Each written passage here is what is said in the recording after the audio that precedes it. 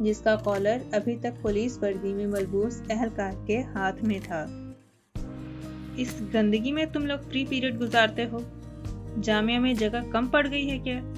دھاڑ کر سوال کرنے پر وہاں کھڑے اسی کی عمر کے لگ بھگ تمام طلباء کام کر رہ گئے تھے۔ اوپر کی بھی تلاشی لو۔ یس سر۔ دھڑ دھڑ کی آواز سے 7-8 پولیس اہلکار گول گول سیڑھیاں چڑھتے دوسری منزل پر بنے کمرے میں گھس گئے، جہاں جگہ جگہ ریپرز، پلاسٹک کی تھیلیاں، خالی بوتلیں، ٹوٹی پھوٹی پرانی کرسیاں اور ایک لکڑی کا تخت پڑا تھا۔ اندھیرا ہی اندھیرا، روشنی کی چند لکیریں ایک روشن دان سے آ رہی تھیں، مگر ناکافی معلوم ہو رہی تھیں۔ کچھ ملا؟ نیچے موجود افسر، شاید ان سب سے عہدے میں بڑا تھا، تبھی حاکمانہ لہجے میں دوسری منزل کے زینے پر کھڑے باوردی ساتھی سے دریافت کیا۔ نو سر۔ اس کے جواب پر ایس پی وہاج خود اندر چلا گیا۔ ناممکن، ایسا نہیں ہو سکتا۔ اطلاع کے مطابق منشیات کی فروخت میں اس اڈے کا بڑا ہاتھ ہے۔ ہماری انفارمیشن غلط نہیں ہو سکتی۔ اس کی آواز خاصی اونچی تھی۔ یہاں پر تلاش کیا؟ ایس پی وہاج نے اسٹک سے 2-3 گتے کے ڈبے ہٹاتے کہا۔ سوری سر، جلدی چیک کرو۔ نہیں سر، یہاں تو کچھ بھی نہیں ہے۔ تمام افراد نے مل کر وہ جگہ خالی کر دی، مگر وہاں کچھ بھی نہ دیکھ کر ایس پی وہاج کا سارا جوش مان پڑ گیا۔ مایوسی نے پل بھر میں اس کے چہرے کا احاطہ کیا۔ چلو، اس کی مردہ سی آواز پر تمام پولیس اہلکار نیچے اترنے لگے۔ دیکھتے ہی دیکھتے ساری پولیس وہاں سے روانہ ہو گئی۔ ہر کوئی حیرانی سے کھڑا اس معجزے پر ششدر تھا۔ ایسا کیسے ممکن تھا کہ اتنی سخت ریڈ کے باوجود وہ تھیلا ان کے ہاتھ نہیں لگا تھا؟ یہ تو ناممکن سا تھا۔ پولیس کے جاتے ہی تمام طلباء نے سکھ کا سانس لیا، مگر خطرہ ابھی ٹلا نہیں تھا۔ پولیس کسی بھی وقت واپس آ سکتی تھی، اسی لیے مزید 1 گھنٹے تک کوئی بھی اوپر نہیں گیا تھا، نہ ہی اپنی جگہ سے ہلا تھا۔ یہاں تک کہ گھر گھر میں موجود ٹی وی پر نیوز اینکر کے تحت پولیس کی اس ریڈ کے بارے میں ناکامی کی اطلاع عوام تک پہنچ چکی تھی۔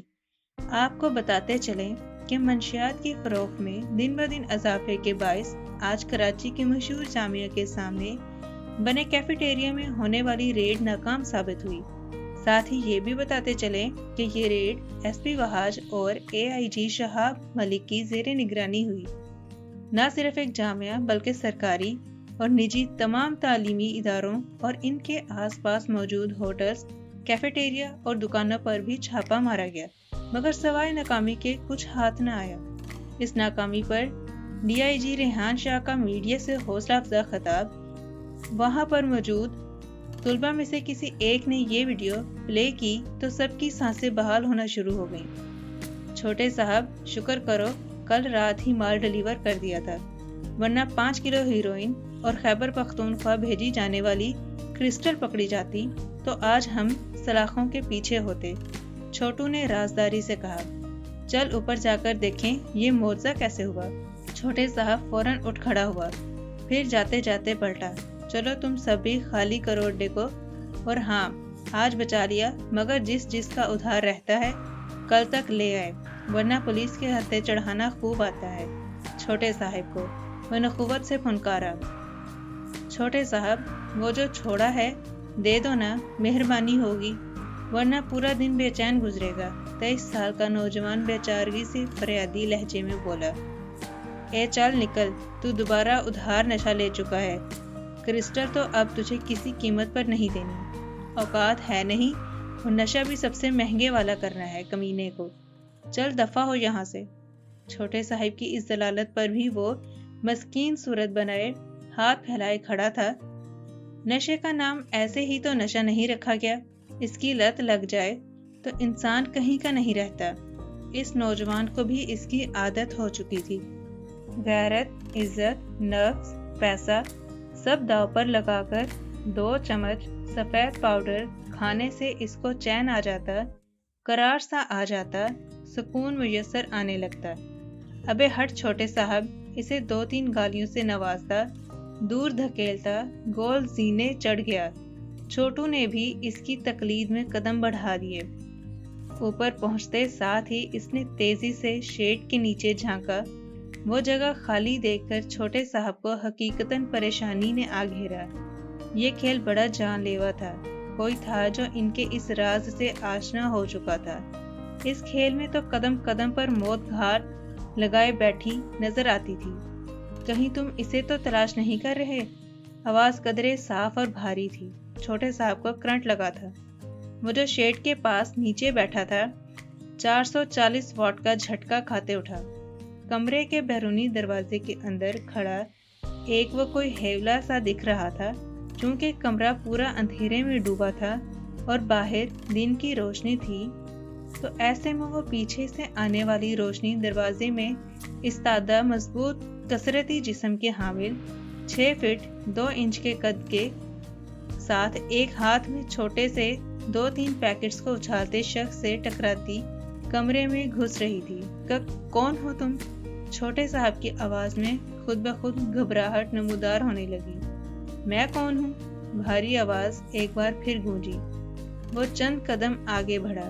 اب کمرے کے وسط میں کھڑا وہ صاف دکھائی دے رہا تھا۔ شانوں سے 1-2 انچ نیچے آتے سیاہ گھنگریالے گھنے بالوں پر گرے رنگ کا رومال مثلث کے انداز میں باندھے، دونوں ہاتھوں میں چوڑے چوڑے بینڈز اور باریک سی 2-3 تاروں نما بریسلٹ پہنے، آنکھوں میں بھر بھر کر سرما ڈالے، گہرے سبز رنگ کے گھٹنوں تک آتے کرتے کے ساتھ جینز میں ملبوس وہ نوجوان کوئی 26-27 سال کا ہوگا۔ اس کے ایک ہاتھ میں وہی تھیلا تھا، مگر ابھی اس کا منہ کھلا ہوا تھا اور 2-3 ہیروئن کے پیکٹس اس کے ہاتھ میں موجود تھے، جنہیں سرکس کے جوکر کی گیندوں کی طرح ہوا میں اچھالتا وہ محظوظ ہو رہا تھا۔ میں ایگل ہوں، کرخت مغرور بھاری مردانہ آواز میں جواب دیتے اس نے وہ پیکٹس چھوٹے صاحب کے منہ پر دے مارے۔